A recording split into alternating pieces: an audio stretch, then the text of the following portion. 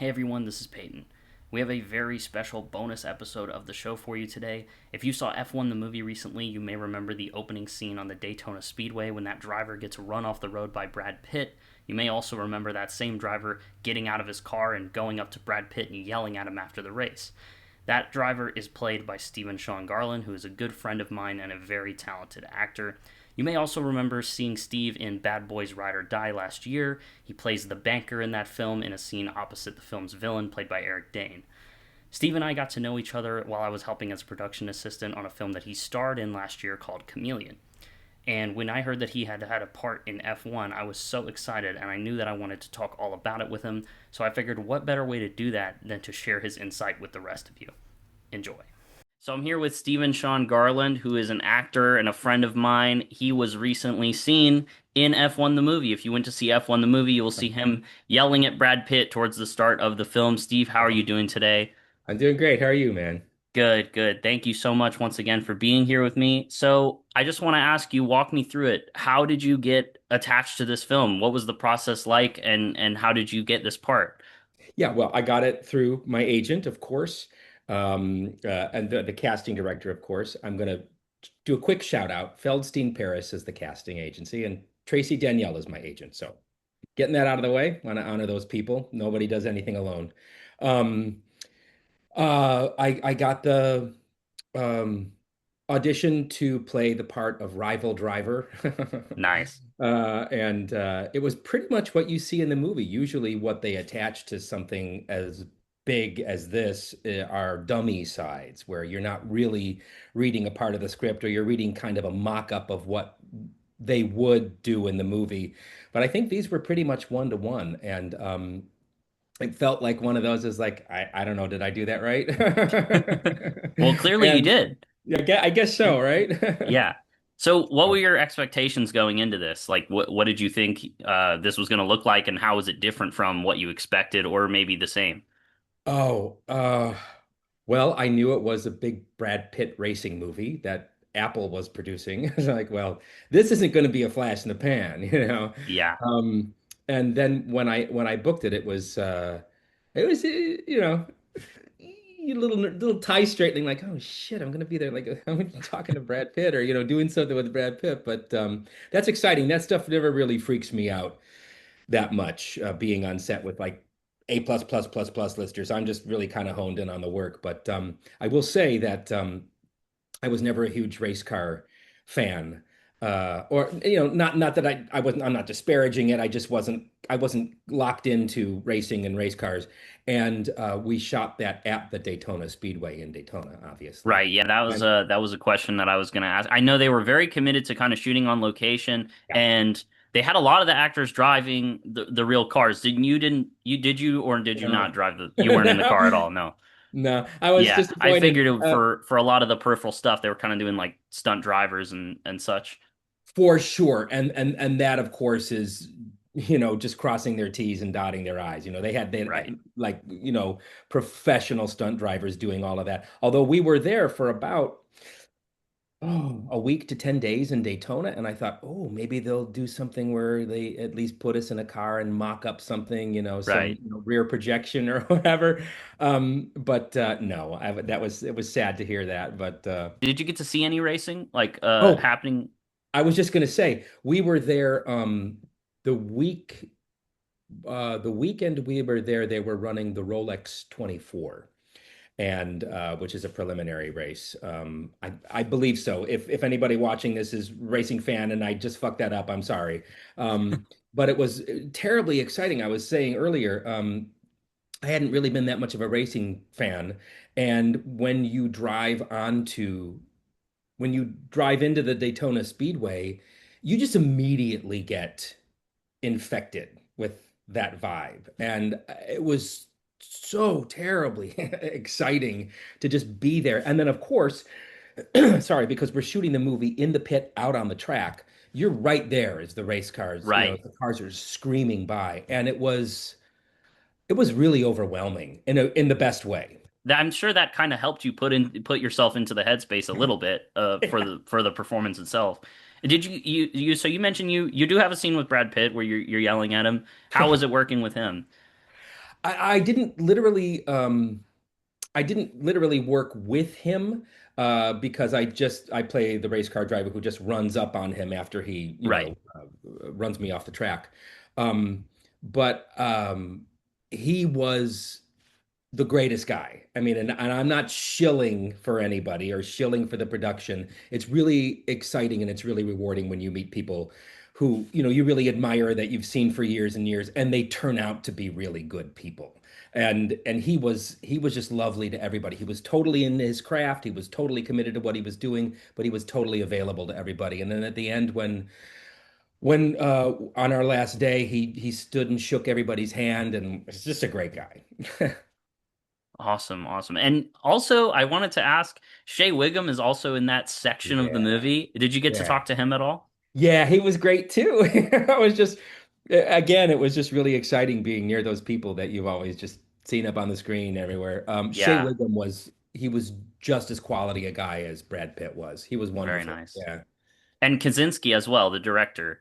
How's he? Yeah, I didn't have much to do with Joseph Kosinski, but and then of course, also Claudio Miranda, Oh Oscar-winning yeah, cinematographer as well. I mean, and then the oh God, please, I feel so terrible about this, but the costume designer who helped me, God, his name, and I'm solely maybe I'll get it here in a second, but he was lovely to work with too. I mean, these are like big, all big fucking Oscar people. Like, God right. damn, they know what they're doing. Kaczynski, um, we had planned to kind of do my bit with Brad Pitt on different levels. And then I think, ultimately what happens in a big show like this is you're pressed for time and you gotta choose your battles. And so what we ultimately wound up doing with that scene is just me running it and doing a handful of takes and getting what we could in the can. And that was shot from a lot of different angles too, straight on, and then there were drone shots. So I just tried to kind of, you know, infuse anger as much as I could into that guy. Yeah, So just really channel that. And yeah. you mentioned the costumes. How comfortable was that racing suit, or uncomfortable was it? Well, I loved it. You loved You it? know, Okay. I gotta tell you, I gotta tell you, being there at Daytona during the running of a race, as I say, they were running the Rolex 24, that becomes a whole microcosm. That's a whole city. Those stands, which are enormous, are packed with people. And the outside of the speedway, people camp and there's carnivals and food fairs and everything going on. It's a big thing. So, um, walking up and down that in your uniform was admittedly kind of exciting. People thinking that, you're a racer, like, nah, I'm not, I'm just in a movie. But it was fun. That was fun. That So, is really cool. That's really yeah. cool. So overall, working on this, like this kind of a project of this scale, Mhm. what do you think you're taking with you from that experience to your next project and to future projects? Oh gosh, I don't know. I just dedication to whatever it is that you're doing. It was great to be on a project of this magnitude. Um, and it's just really, I mean, I hate to sound like a stupid cliched actor, but it's just about the work at the end of the day. It's just about showing up and knowing what you're supposed to be doing and trying to be connected and trying to be present all the time and listening, It was hard in that helmet to hear a lot of stuff too. So Yeah, how did you feel about that? Because in the film you were directed to not take the helmet off, yes. correct? How, Yes. did you find that to be make your dialogue and your scene like a little more difficult, just having to kind of shout through that helmet? No, I was disappointed. Okay. Fair I was a enough, little yeah. disappointed, but then Midnight Confession, I haven't yet seen the movie. I haven't had time to see Oh, it, okay. but from what I kind of gleaned, don't do they show the face of that guy that he runs off the S- road? There is like a little A little close up face of of kind of you can see your eyes. in the car? Oh no, I mean like your scene, like when he's outside the car and he's yelling, they do have a close up and you can kind of see a Oh little wow, bit. really? Okay, Yeah, yeah. yeah. Well, that's exciting then. Yeah, No, I was like, no. that's got to be you. Yeah. I thought that you could see some of the drivers' faces in the cars. I've looked, I mean, because I've seen the movie 3 times. So Okay. I was looking at that scene like very intently, and the there are you could definitely see like a driver in the car, but I don't know if they really have like there's like the mask and the Got it. helmet and the visor, so I don't really think you can't really see the details Cool. of their face in the Cool. car. That would have been I got to cool tell you though if though they too. just like got Well, your face and yeah, put it no, in there. sorry. I was going to say I got to tell you though. Another another true confession.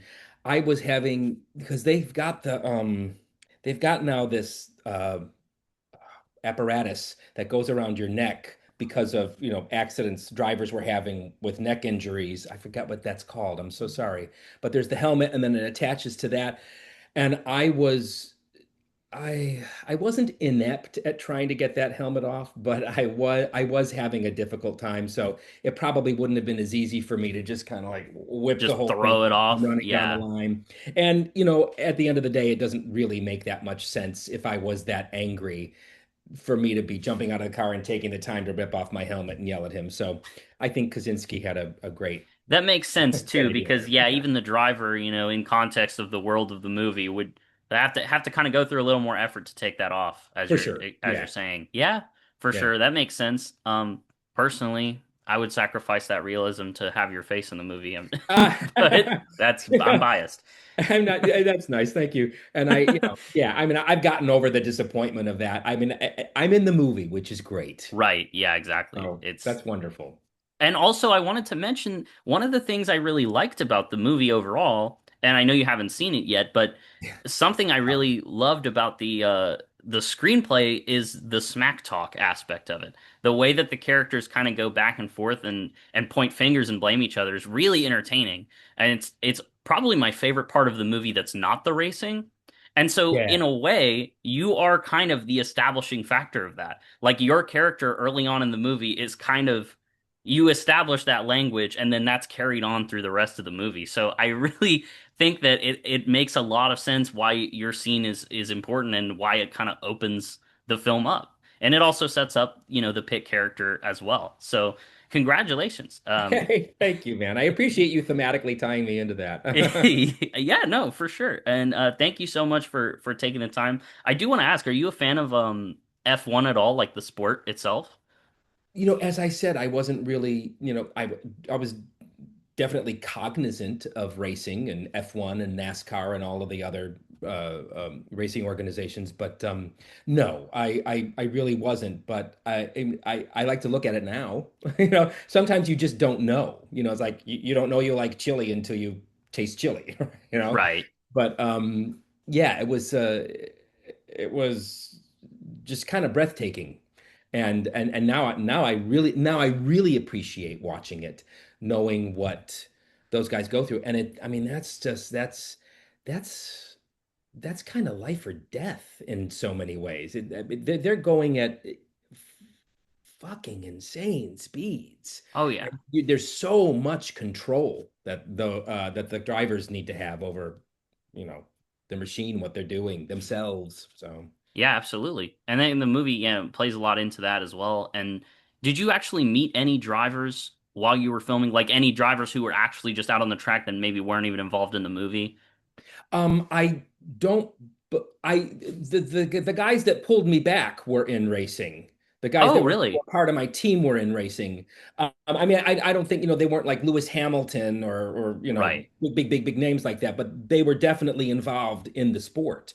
And they were great guys to talk to. I got to shout out to them too. They were really, really helpful, all the Yeah, I time. mean, this movie kind of blurs the line between the people involved in the races Yeah. and the people involved in the movie because they're filming these scenes at the actual tracks. So, Yeah. what better way to have like all these people are able to kind of fact check them on like how all this stuff would work in a way. Yeah, exactly. And you could see like the people who had, more substantive things to do, who had larger chunks of stuff to do in the movie were constantly inside of that and really trying to make sure that there was exactitude and precision with everything that they were doing, including myself, which is sort of, as I say, I'm happy that they didn't ask me to take that helmet off because it would have looked pathetic. Yeah. Getting in and out of that car was hard enough, man, because that car is not, every car is really built to the specifications of the drivers that are driving it. Right. And frankly, they're also built for, you know, drivers who are more compact. I'll just say it. I'm not a I'm a little beefier and I'm not really that compact. And so getting it out of that particular car was it took many attempts when they weren't rolling the camera. Like, okay, I got to make this look good, man. You got to make it look like you've done it like a I hundred got to make times. it right. I got to make it look like like I know what I'm Yeah. doing, man. So Yeah, absolutely. yeah. And is there anything that you wish you had done differently, in terms of your scene in the movie? um. Uh. No. Some things are very specific, and when I say one and done, I don't mean to say, you know, who cares? I'm indifferent. It doesn't matter. I just mean some things are just they're very specific. They're very of the moment, and um um my responsibility in that moment was to be that guy, was to be that angry guy. And of course, as I reflected on it, look, he just tried to run me off the fucking road. He did run me off the road, and I could have died or I could have been crippled or killed, maimed or whatever. And that would, I think, kind of make anybody really angry. So, Yeah. So in a way, um, you can kind of just throw it all out there. yeah, and I do not know this for a fact. So this is apocryphal at best, I guess. But I did hear as we were going back and forth and doing different takes, different angles. I heard on down the line from somebody who was a reliable source who was in the pit with Brad, as it were, that he was digging what I was doing, that he thought it was that it amused him, that he thought it was funny. And I thought, oh well, great, I've done my job. Yeah. As far as there being anything different um, that I wished I could have done, uh, really not necessarily, because I feel like I performed the task that I was contracted to do in the film, and it wasn't, you know, also it wasn't about me. It was about establishing Brad Pitt's character in that moment. Right. So my part of that, I hope I conveyed, that I essayed well enough. So I think you did. I think thank you absolutely did. thank you, buddy. Well, awesome. I mean, that's all the questions I have written down. I do want to ask you just off topic. Yeah. What's your favorite movie you've seen this year or recently? If you've had the time to catch anything, Oh God. just the last one you remember really liking. It's so in theaters. I don't know. I'd have to go look because I'm a cinephile. Oh, absolutely. And then I've seen that, thousands of movies, and I'm always looking at movies, but I haven't really had the time to go to the theater very much this year. And I'm trying to think of anything that I saw. I watch so much at home, sorry, but a lot of Yeah. stuff that's not available to see in theaters, I'm watching at home or on streamers or online Right. somewhere. So frankly, if it's a this year question, I I You're not don't sure. I'm What not about sure. just in general, just recently, what you've been watching? Um, I sort of went down the rabbit hole of the Hammer horror films from the 1950s and 60s recently. Okay. And there were a couple that I thought were really remarkable. Because those are they're in a way they're sort of they're boilerplate and they have a template to them. But then every once in a while, a director comes in and does something different. And The Curse of the Werewolf is very good. Okay, cool. And what was the last? There was a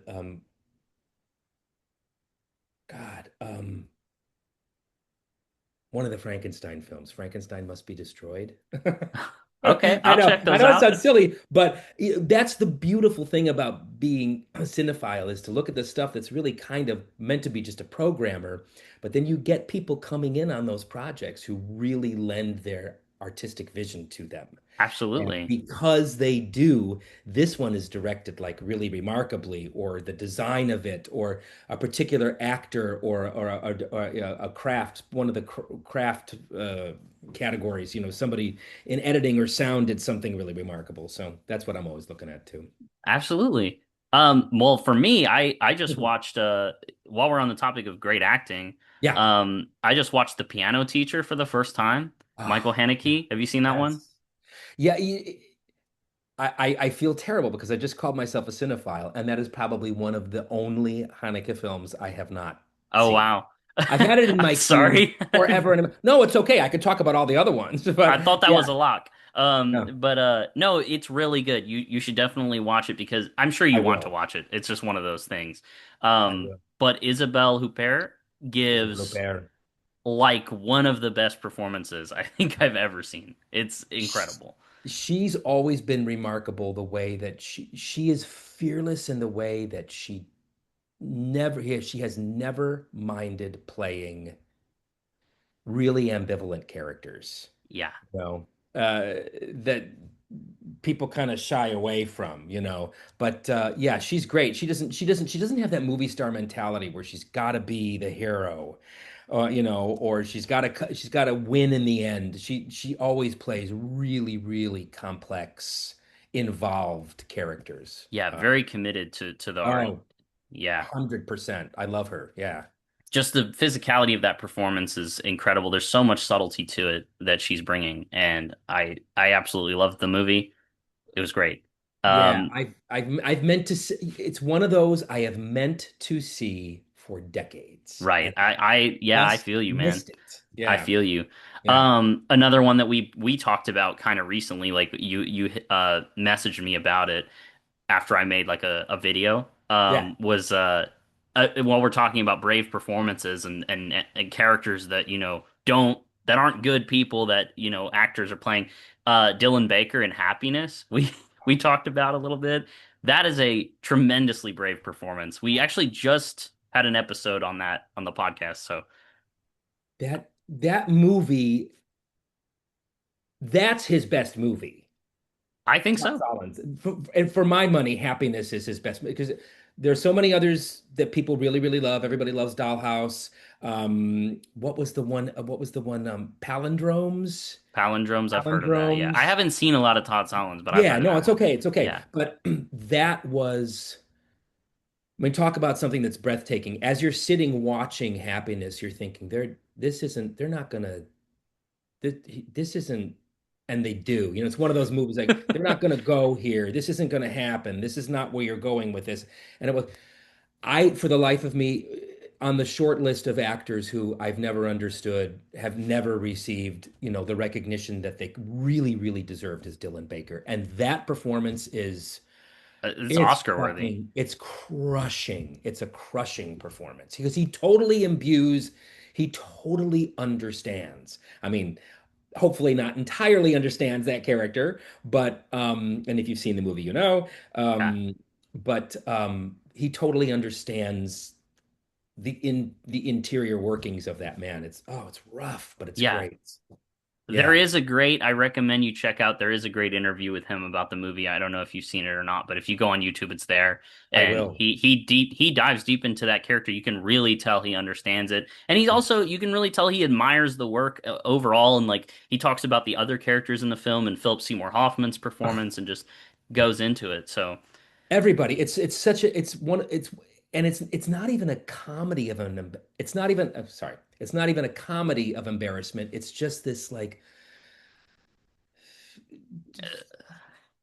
road of embarrassment, this journey of embarrassment for all of these characters, and it's so remarkably well acted, scripted, directed. I love that movie. yeah, It's I love great. that movie too. Yeah. I'm really glad. I like to say I spread happiness, but that's what I mean. I just kind of talk about that movie to people a Yeah. lot, and I recommend that movie a lot Yeah. because it's truly one of a kind. And you have to Um, be careful too. Like, I'm sure you realize, you have to be careful who you recommend something oh, like that absolutely, to, absolutely. Yeah, I right? mean, I give them a little warning, and I only recommend it to people who I know will like it, and who are For sure. cinephiles.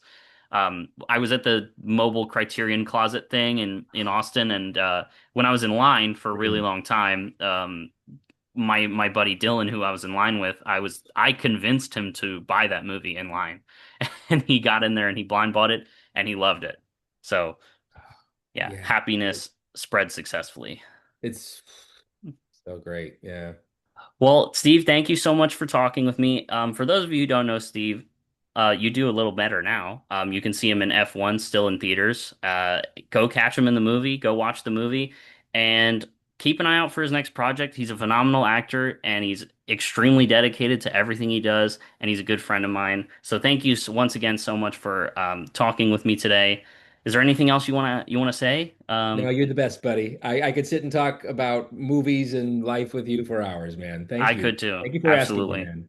Yeah, yeah, I'm so glad that I reached out and we got together and actually got to do this. But yeah, For sure. I yeah, I will see you all later At the movies. at the movies for sure.